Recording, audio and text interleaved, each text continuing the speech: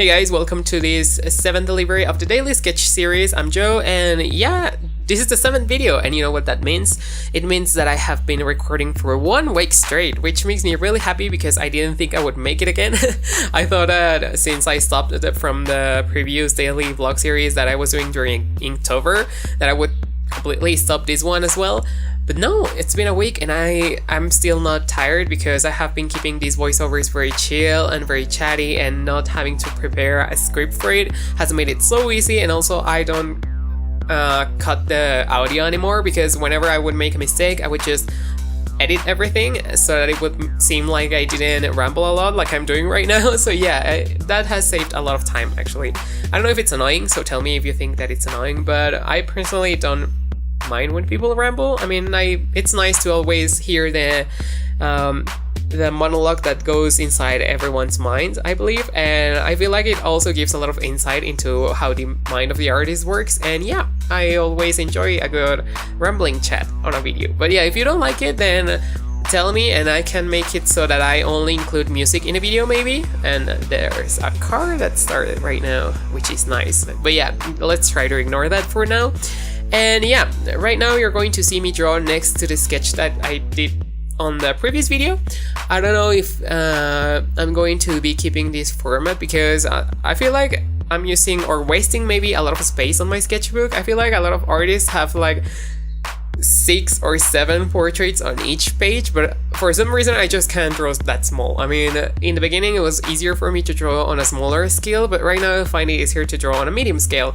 And in this sketchbook, it's really tiny. It's an Excel Canson sketchbook, mixed media, the blue one, the one with the blue cover. That's the one I have, but they didn't have it on the usual size that I bought it, which is just a normal regular like book size or notebook size, the ones that you carry for school and stuff. Like that was the same size that I bought for my sketchbooks, but they didn't have it that time, and so I had to buy this tiny one. And it works great. I mean, the paper is the same and the quality is the same. The only thing is that not a lot of drawings fit into one page. But yeah, I don't know if I'm going to keep on drawing 2 portraits per page. Maybe that's a little too little.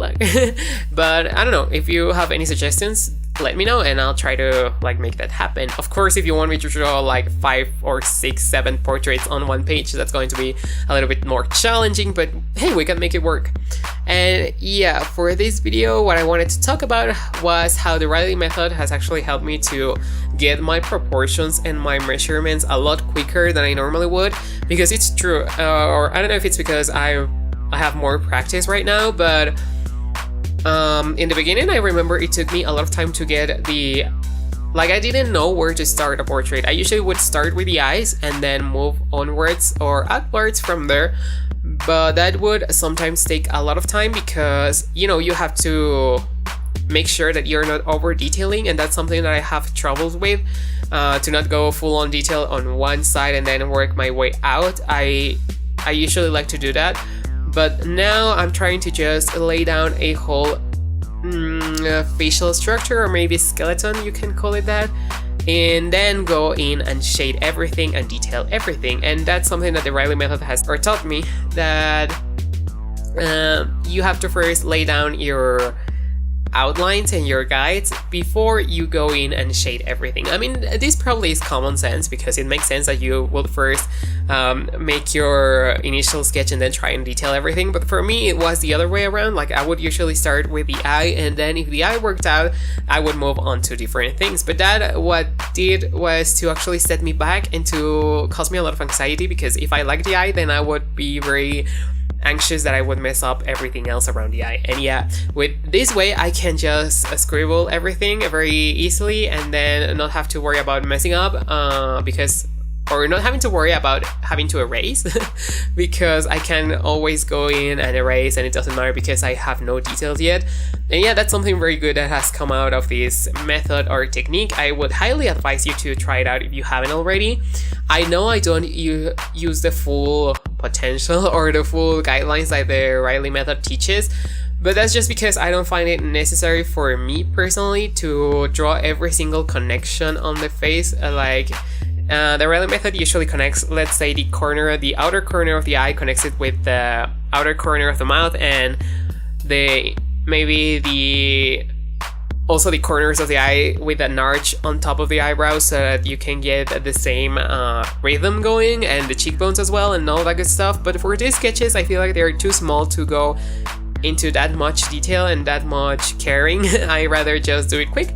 And yeah, for bigger pieces, I am 100% on the Riley method side of doing everything, every line that you possibly can, so that you get a better likeness of the subject that you're drawing. But for quick sketches, I don't actually recommend doing all of that stuff, because I feel like it takes a lot of time and it's not very worth the effort. Since if you're planning on selling those sketches perhaps in the future, then it would make sense to want to have them as close to the reference as possible, so that you can make sure that your proportions are right and all that good stuff. But if you're using the method to set down a basic layout and then just for sketching purposes and nobody is going to see, or maybe the internet is going to see, but you're not planning on selling them like I am, like I don't plan to sell these sketches, so that's why I don't go into much detail into them. I just did it to get better at drawing and to draw faster and stuff like that. So yeah, I would recommend that you don't do the whole method for quick sketches, but if you're planning on doing something bigger with it, then by all means draw every single line that you can. Also, another good thing that has come out of this method is that now I'm a little bit better, I believe, at drawing angles in the face, because usually what would happen is that if I were to use a reference like the one that you see me drawing right now, I would end up drawing it like if it were a side portrait instead of a 3/4 kind of like under view of the portrait. I don't know how to explain the angle, but yeah, that method has really taught me that. And it's also, coming back to the previous video, it's also very important that you get a reference picture that has a lot of nice shadows on it, because that's going to really help you give the dimensionality and also that angle of the face that you wouldn't otherwise get if you were to have very blown out shadows. And yeah, what else can I say about this portrait? I try to keep the rendering or the shading very loose, nothing too fancy. I did go in with a Kleenex to try and blend everything out as smoothly as possible, and then just darkening a few areas. I didn't go too crazy about it, and I think that that's what makes this sketch win the prize of the fastest one that I have done so far with this technique.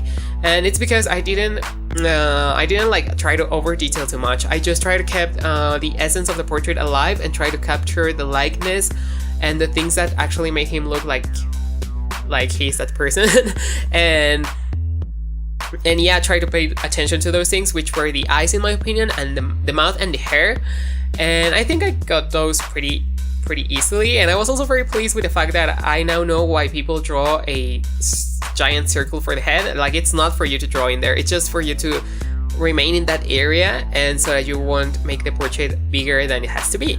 And yeah, right now we're drawing near the end of this video. I hope you enjoyed it, and if you try this technique out, then let me know down in the comments and leave a like if you enjoyed it. I'll see you in the next one.